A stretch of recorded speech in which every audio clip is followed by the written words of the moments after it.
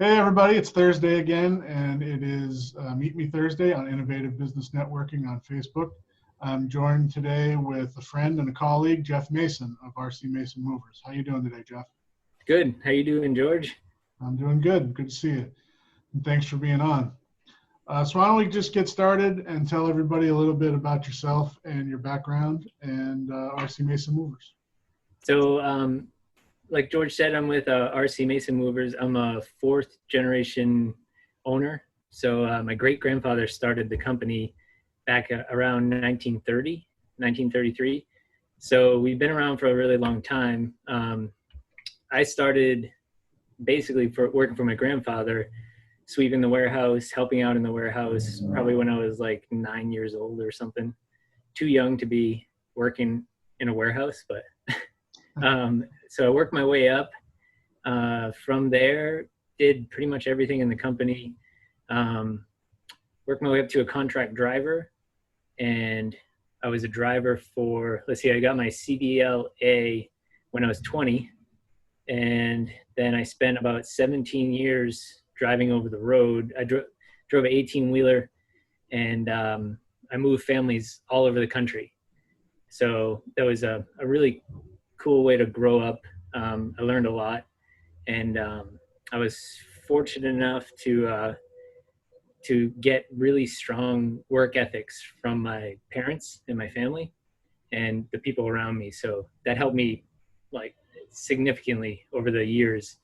I was able to basically, when I was growing up, if my dad, I remember clearly that being in a store and wanting like a candy bar or something in the aisle, and he would always tell me, if you don't have your own money to pay for it, then you're not going to get it. So that stuck with me. I remember that clear as day, being in there. And so I got really strong work ethics from them, and I was able to put myself, by working during the summers and driving, I was able to put myself through college. Didn't end up having any debt, which was nice, and got a business degree. And then I worked for my dad. Worked for my dad for a while, and then ultimately purchased the company from my dad and his partner. So that's kind of where I came from, I guess. So as a fourth generation business owner, was there ever anything else that you wanted to do, or was this kind of in your blood from the beginning? And there was shop as a 9-year-old boy probably gives you a lot of memories about that place and yeah, growing up there. there was a time I thought I wanted to be a pilot. So I actually went for 1 year to Embry-Riddle Aeronautical down in Florida. And what I discovered was it just, I didn't have the passion for that I had for the moving and storage. So I saw, when I went there, I saw that people had a lot more passion than I had for what they were doing. So I figured, if I'm not going to put everything I have into this, then it's probably not the right direction for me. So luckily I decided to make that change, and then I went to transferred to a different school and focused on business, and that ultimately helped me out later on when I ended up taking over here. So it's always been moving and storage, and it's just in my blood. I think that I was thinking about it earlier, before we had set this up, and one of the biggest things for me was always like the sense of satisfaction once I complete something. So if I move a family from one home and then drive them across country, deliver them to their new home, get everything set, everything in place, and I close the doors in the truck, I would get this really good sense of like completion or satisfaction. It's hard to get in other things, especially being in the office and stuff here. There's a lot of stuff that piles up. So when I was out there on the road and doing that, that was one of the main thing that sticks with me, for why I did it, and why I would be out there. So Yeah, I totally understand. I know that, in my own business, I always tell myself I need to be working on the business and growing and things like that. And yet, an interesting problem comes in, or, something comes out, and I just find myself still drawn, that I need to go and look at things, and, on a technical level. So I totally get where you're coming from. Yeah. I know I've got to know you, and I've got to know, several people over there at RC Mason Movers, and I know you have a great group of people. But what would you say makes RC Mason unique over other, moving companies? Because I'm sure there's a lot of choices when you're choosing a mover. The I would say the main thing that makes us unique is it goes back to the people that are here, because everybody here provide the customers with really good customer service. It's funny because if you're here during dispatch, there's all these issues, like everything, it's chaotic, and you're dealing with a lot of different people, a lot of different attitudes and stuff like that, and there's all these issues. But then, so I'll be in dispatch and I'll be like, oh my gosh, it's crazy right now, like it's a disaster. And then I'll go out to the house with a crew, and we'll go do a delivery or something. And in the house, it's like they are really good at putting the customer at ease, making sure whatever we're doing is gonna just make their move kind of seamless and stress free and not have any issues. So on the outside, when they're out there, they do a really good job. They're probably the best there is. We have some people that have been here for over 40 years, so they're complete experts in what they do. And the crews, the younger guys will learn from that, and the crews are just really good at in-home customer service and making sure that customers get taken care of. So I'd say that kind of that's what makes us a little bit more unique than other companies. And moving on a little bit, so the real purpose of this group is to help other businesses grow, and a lot of that is marketing. So what I'd like to hear from you is, especially with COVID and how things have been over the past, say, 9 to 12 months, how has business been for you? How has the market been? And then the follow up to that is there anything special that you're doing to generate new leads, and what those things are? So our situation, I think, is a little bit different than everybody in IBN. Um, we were considered we were considered essential, so we continued working. And for whatever reason, we're always making changes and trying to make things better and improve systems and processes. But throughout COVID, the market for us has been a little. It definitely slowed down, but it was definitely consistent as well. So we were doing much less volume, but we still maintained work throughout COVID. So I think we were lucky that we were considered essential, and we do a lot of work for military and government and stuff like that, and all that continued to move along. So that helped us out. So it's a really difficult time to navigate through. With everything going, we just are trying to adapt every day and trying to kind of make our way through all the changes that happen kind of it's almost like it was happening on an hourly basis. Everything would change, something would change, and then the next hour you're like, well, I gotta go change something else. So we at our 6 months, we're basically, I would say, having one of the best years that we've had in the past 4 or 5 years. For whatever reason that is, I can't nail it down to one specific thing, but we're definitely doing much better than in the past in past years. So just I guess hopefully the market continues to move along the way it is, and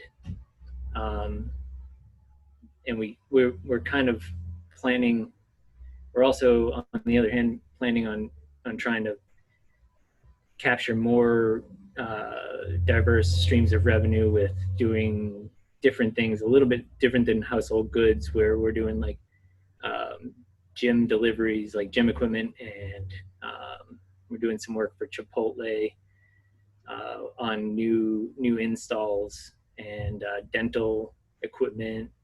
A little bit diversified from household goods, but just trying to make sure that if the household market does start to decline, that we have some sort of backup coming in. And our team they're doing a really good job at making that happen. So, And, and then and even prior to COVID, what are the types of things that you guys do to generate new leads and generate business? for leads, Yep. So we have a long-standing. One of our main sources of revenue is military work. So we have a really long-standing relationship with doing government and military work. So that just took a long time to build. That happened over the course of many years. My grandfather started doing work with the government, and it just keeps growing. And so if we do good work for a carrier, then they'll come back to us, and we have contracts in place and stuff like that. So that's consistent and helps.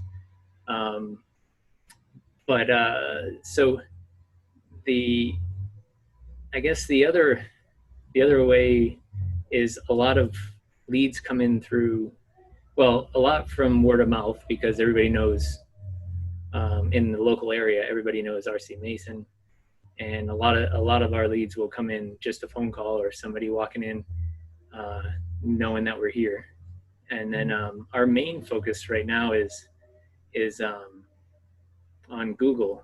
So we have some plans in place, some incentive plans for the guys, and they get rewarded for basically doing a good job. And then if their work is brought up in a review from a customer, we try to ask the customers to put it on Google, and then in hopes to increase our presence on Google and generate kind of organic reviews.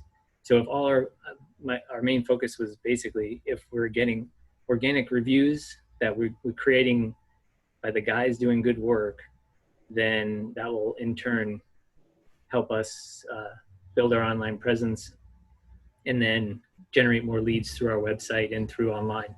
So a lot of stuff comes both through Google and then our website online. We have a website form that people can just go to our website and fill it out. And I'd say probably 70% of that comes through there.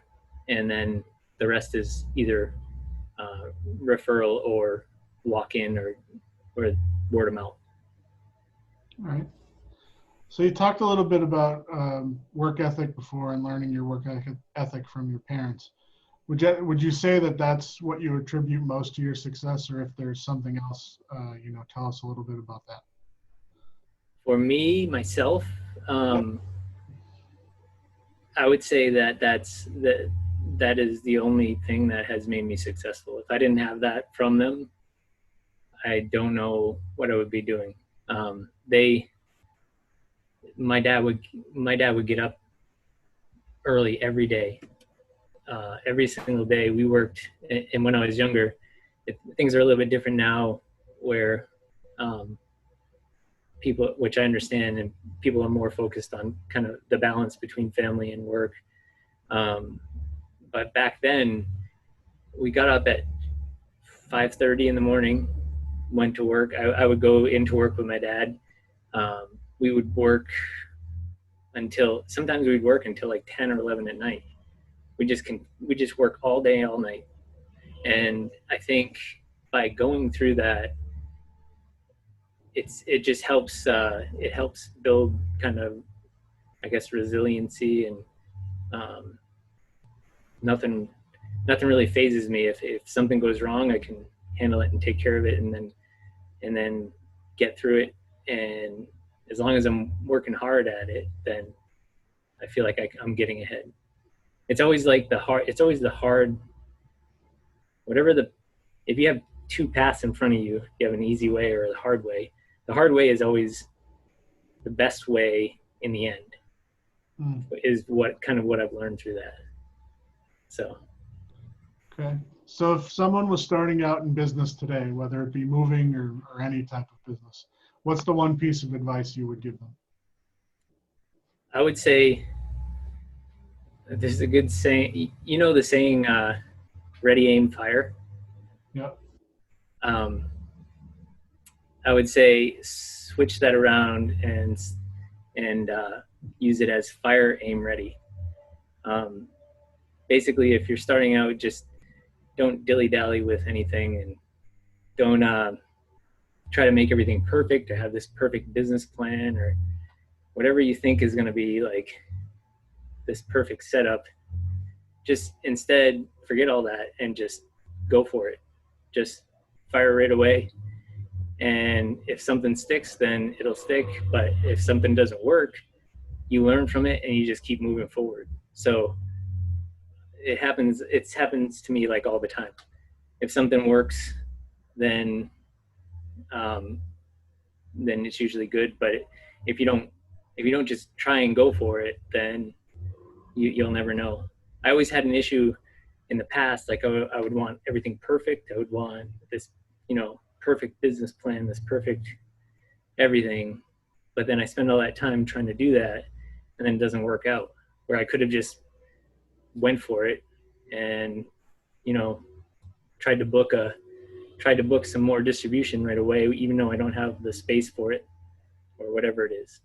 So I'd say that fire, aim, ready.